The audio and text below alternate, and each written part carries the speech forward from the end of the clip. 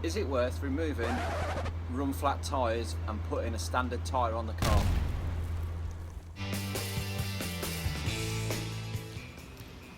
So the benefits, what do I achieve?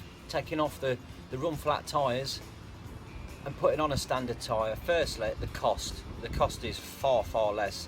The Bridgestone tyres that were on this, just for a rear, you were looking 180 quid. Although the Bridgestone are a really good tyre, they're really expensive. There are some cheaper ones on the market, but you know, some of them don't look quite right. It's just, yeah. So cost aside, the Runflats are a really, really hard ride. Not only is it harsh inside the car, but also your wheels, if you're hitting potholes and speed humps at speed, then it tends to crack the rims. We get a lot of cracked rims, an awful lot of cracked rims on the BMW.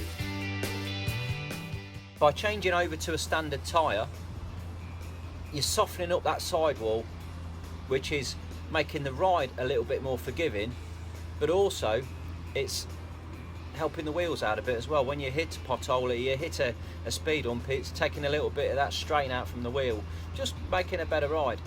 Now, putting a really good quality standard tyre on the car, the ride is incredible.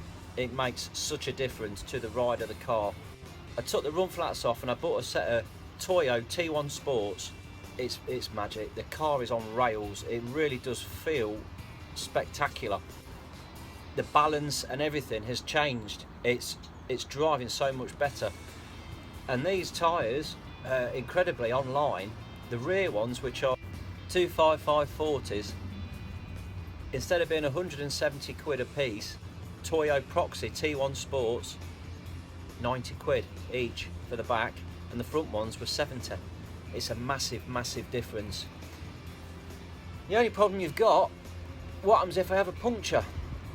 Oh, you know, it's a pain, isn't it? Because what happens if you have a puncture with a Runflat tyre? Let's start with that. They're crap.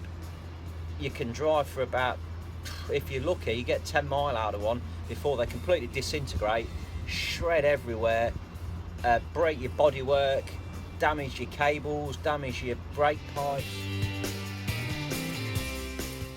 You've seen so much damage done when these let go because you've continued to drive on a flat tyre thinking that they're going to be okay.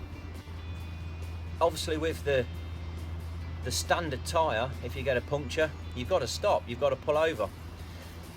To overcome that, what I did was buy a spare tyre. So it's straightforward. There's so many of these about. I popped down to the local breakers yard and he'd got a great stack of them. 25 quid, including a jack. You know what I mean? It's a no-brainer. So I've got this space saver spare that fits on any wheel, and it's from a BMW. I've got an original BMW jack. It's all brand new, it's never been used. 25 quid. It doesn't take up a great deal of space. Trusty spare tyre, wrapped in a sheet. You know, it's all there. It's not the prettiest, but jack goes underneath, but here there's a space big enough for the jack. For me, spending a lot of time on the motorway, it's one that's worthwhile. And if you're only going short journeys and you need a bit more boot space, you can just pull the tyre out of the boot, you know, leave it at home. Any of these Runflat wheels, the rims themselves will all take a standard tyre.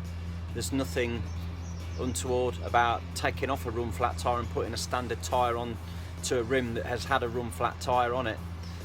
So it's straightforward to swap and change.